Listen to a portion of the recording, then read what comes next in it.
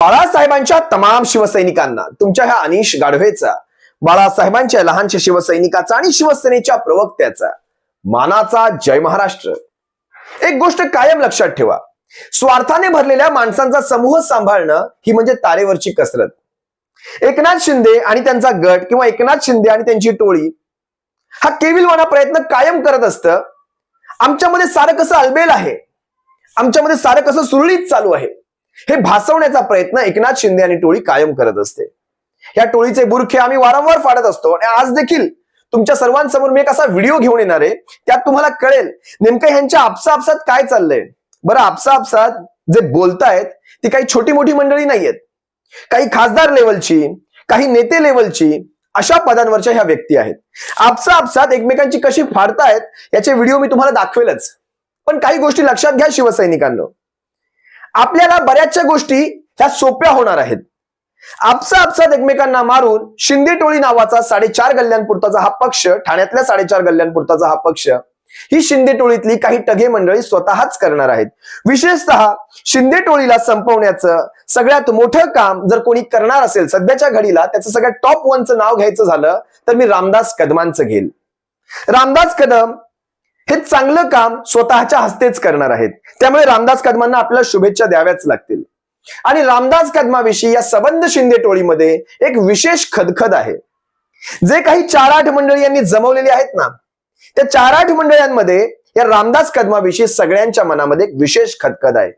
रामदास कदम कुणालाच सहन होत नाहीत। आता लक्षात घ्या, मला सांगायचंय काय, काही दिवसांपूर्वीच, मला वाटतं 2 ते 3 दिवसांपूर्वीच रामदास कदमांचा एक व्हिडिओ आला होता, मला वाटतं TV9 वर असावा हा। TV9 वरच्या ह्या बाईट मध्ये रामदास कदम म्हणतायत, मुंबई उत्तर पश्चिमची खासदारकी सिद्धेश कदम लढवतील। आता सिद्धेश कदम म्हणजे रामदास कदमांचे चिरंजीव, योगेश कदम खेडमधून आमदार आहेत, सिद्धेश कदम हे रामदास कदमांचे दुसरे चिरंजीव, ज्यांना उत्तर पश्चिमची, मुंबई उत्तर पश्चिमची जागा लढवणार असं रामदास कदम म्हणाले। रामदास कदमांनी त्यापुढे असंही सांगितलं, स्टार मार्क लावला, की कदाचित मुख्यमंत्र्यांमध्ये आणि सिद्धेश कदमांमध्ये काही चर्चा झाली असावी। आता विचार करा, ह्या सगळ्यामध्ये त्यांनी एक वाक्य वापरलं होतं की गजानन कीर्तिकरांचं वय झालेलं आहे।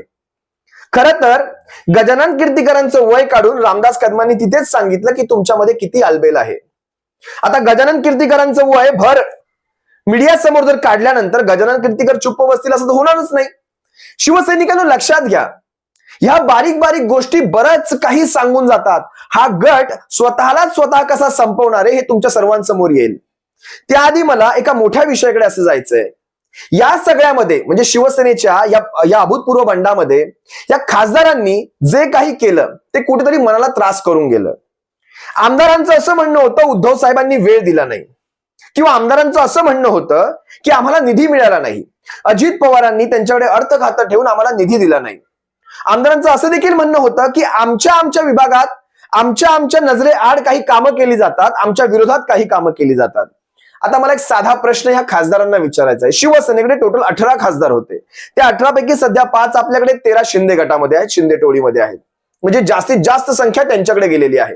आता मला एक साधा प्रश्न विचारायचा आहे खासदारांना, या आमदारांचं चला आम्ही ऐकून घेतलं, तुमच्यावर नेमका कुणी अन्याय केला होता?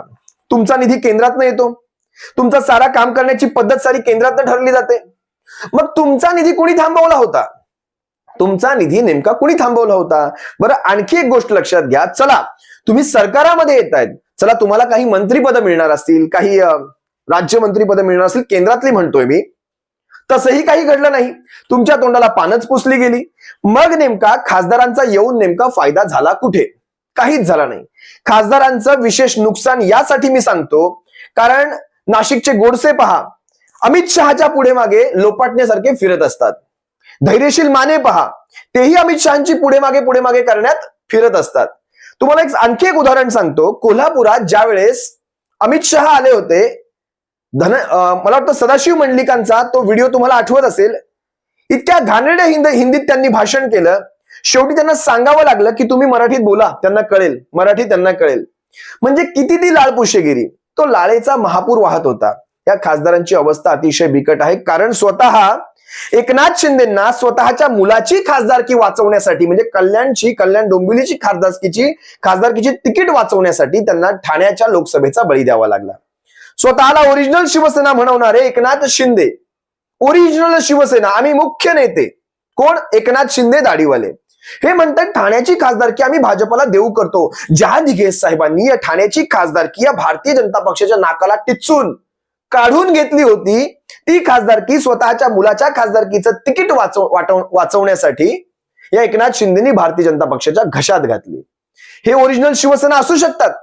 म्हणजे तुम्हाला तो मुखवटा लावलाय, शिवसेनेच्या नावाच्या आणि चिन्हाचा मुखवटा लावलाय, म्हणून तुमच्यात ते गुण येऊ शकत नाहीत. ते गुण तुमच्यात येऊ शकत नाही. त्याचं हे उदाहरण सांगितलं मी तुम्हाला. खासदारांची अवस्था अतिशय बिकट आहे. आणि त्यात सगळ्यात शेवटी गेलेले 13वे खासदार गजाभाऊ कीर्तीकरांचे तर विशेष हाल चालू आहेत. आता लक्षात घ्या, रामदास कदमाने एवढं मोठं स्टेटमेंट तेही लाईव्ह मीडियावर करणं हे काही असंच घडत नाही. कुठेतरी रामदास कदमामध्ये आणि मुख्यमंत्र्यामध्ये याच्याविषयी काहीतरी बोलणी चालू आहेत. असंच हे स्टेटमेंट होऊ शकत नाही. आणि रामदास कदमाचे आणि मुख्यमंत्री तसे संबंध चांगले. गजाभाऊंवर अजून देखील ह्या क्षणाला देखील मुख्यमंत्र्यांचा असेल किंवा रामदास कदमांचा किंवा इतर त्यांच्या टोळीतल्या नेत्यांचा तितकासा विश्वास बसलेला नाही, असंच मला प्रथम दर्शनी दिसतं. आता हे गजाभाऊ पाहायला गेलं तर सगळ्यात वरिष्ठ नेते, लोकाधिकार समिती त्यांच्याकडे होती, स्थानिक लोकाधिकार समिती, त्यांचा मान ठेवणं जाणं ही या शिंदे टोळीला जमेल का? गजाभाऊंनी या वयात हे सगळं का करावं, हाच सगळ्यात मोठा आम्हा सर्व शिवसैनिकांपुढे पडलेला प्रश्न. कारण अमोल भैया कीर्तीकरांचं जे काम शिवसेनेमध्ये सध्या चालू आहे, जो झंझावात त्यांचा चालू आहे, विशेषतः मुंबई उत्तर पश्चिम मध्ये चालू आहे, तो पाहता भविष्यातलं तिकडच्या खासदारकीचं राजकारण त्यांच्या भोवतीच फिरेल असं मला तरी वाटतं. मी अधिकृत अजून देखील सांगू शकणार नाही, कारण शिवसेनेमध्ये या सगळ्या गोष्टी पक्ष नेतृत्व ठरवत असतं, आम्ही नाही. पण तरी देखील विचार करा, या वयामध्ये आपण जसे मनोहर जोशी सर होते, त्यांनी ज्या प्रकारे शिवसेनेला या वयात देखील काही गोष्टी सांगून समजावून शिवसेनेच्या नेतृत्वाला कशा प्रकारे बळ देता येईल अशा प्रकारचा प्रयत्न करण्याऐवजी त्यांनी ही जी पावलं उचलली ती निश्चितच लांछनास्पद आहेत. आम्हाला वेगळ्या अपेक्षा होत्या गजाभाऊंकडनं, पण चला ठीक आहे, गेले ते गेले. काही लोकांना खुर्च्या चिटकून चाललेल्या असतात, त्या त्यांच्या सोबतच खुर्च्या जात असतात, काही हरकत नाही. पण गजाभाऊंनी एक गमजा मारला. त्यांचा तो व्हिडिओ मी तुम्हाला दाखवेलच. त्यांनी सांगितलं जवळपास 3 ते 3.5 लाख मतांनी मी पुन्हा निवडून येणार आहे, त्यामुळे ही जागा मीच लढवणार आहे. काही असो, आम्हाला हरवायला तितकीच जास्त मजा येईल, पण 3 ते 3.5 लाख मतांनी तुम्ही निवडून नाही तर 3 ते 3.5 लाख मतांनी किंवा किंबहुना त्याच्याही पेक्षा जास्त मतांनी तुमचा पराभव होणार आहे गजाभाऊ. तुम्ही हा व्हिडिओ नीट पहा. त्या व्हिडिओमध्ये गजाभाऊ काय म्हणतायत, मी काम सुरू केलंय, माझी स्वतःची एक वेगळी वोट बँक आहे, म्हणजे स्वतःची वोट बँक घेऊन गजाभाऊ चालत होते. माझं वय जरी झालेलं असलं तरी मी कुठेही कमजोर नाही. या बऱ्याचशा गोष्टी त्यांनी शिंदे टोळीला समजावून टाकलेल्या आहेत त्यांच्या या व्हिडिओमध्ये. मुख्यमंत्र्यांना मी सांगितलंय मला इथून लढावंच लागेल. आता मला ह्या गोष्टीमध्ये का कुणास ठाऊक थोडी हसायला आली.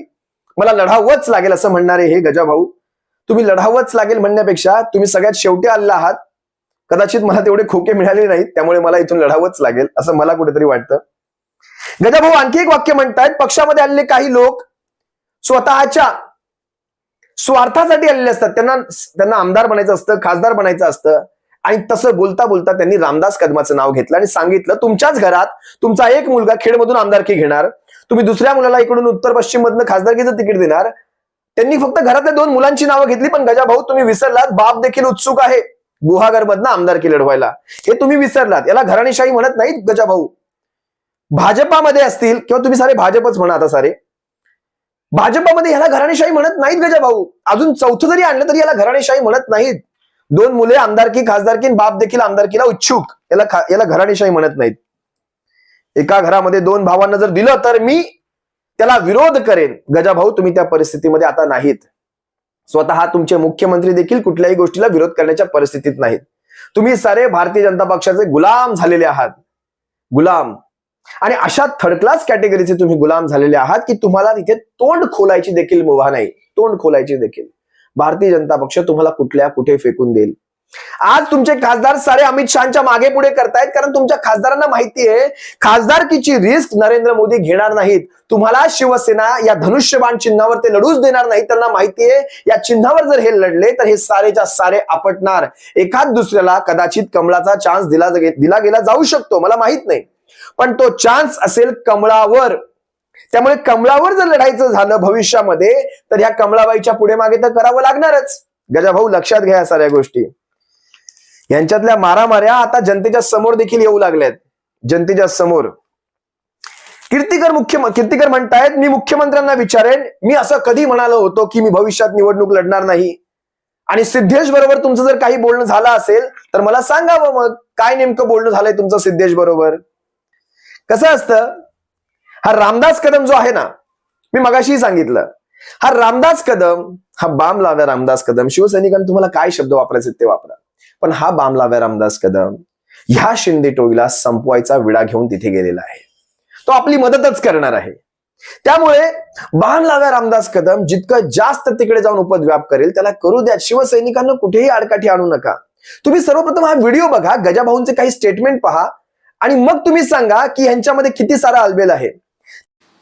त्यामुळे ह्या निवडणुकीत मी निवडणूक लढणार. आता या पक्षामध्ये काही माणसं आलेली आहेत आणि नेतृत्व करतायत. त्यांचे काही छुपे अजेंडे असतात. त्यांना कोणाला नगरसेवक व्हायचं असतं, कोणाला आमदार व्हायचं असतं, कोणाला खासदार व्हायचं असतं. कळले की नाही. आता मला सांगा, सिद्धेश कदमसाठी रामदास कदम परवा बोलले किंवा तो निवडणूक लढेल. आता एका घरामध्ये दोन भावांना तिकीट देता येईल का? हे कुठल्या पक्षाला जमेल का? पक्ष करेल का असं? आणि असं जर पक्षाने ठरवलं तर त्याला मी विरोध करणार. समजा मी निवडणूक लढणार आहे आणि निवडणूक लढल्यानंतर यश मिळणार आहे हे जर मी ठामपणे सांगतो आणि जर पक्षाला मला तिकीट द्यायचं नसेल तर ते कुठल्या तरी चांगल्या माणसाला द्यावं. रामदास कदमनी स्वतःच्या मुलासाठी निवडणूक लढणार हे जाहीर करण्यापेक्षा अडसूळ जे आहेत त्यांचे सहकारी, हे अमरावतीला बुलढाण्याला अनुसूचित जमातीचा एक आमचा सहकारी आहे, सहकारी क्षेत्रामधला चळवळीचा एक नेता आहे, त्याला किंवा त्याचा मुलगा माजी आमदार अभिजित अडसूळ ह्याला का नाही सांगत ते? पक्षाच्या समोर भरपूर पर्याय आहेत. आणि मी जर ह्या पक्षामध्ये आलो,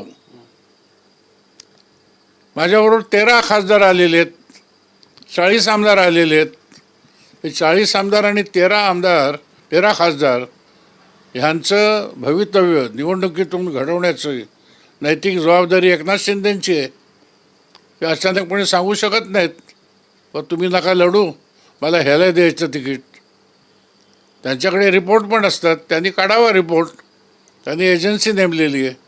मी जे सांगतो आहे माझ्याबद्दलचं ते त्यांनी खात्री करून घ्यावी त्यांच्या एजन्सीमार्फत. त्यांच्याकडे मिळतील तुम्हाला रिपोर्ट. रामदास कदम यांच्या वक्तव्यानंतर तुम्ही मुख्यमंत्री यांच्याकडे तक्रार करणार आहेत का?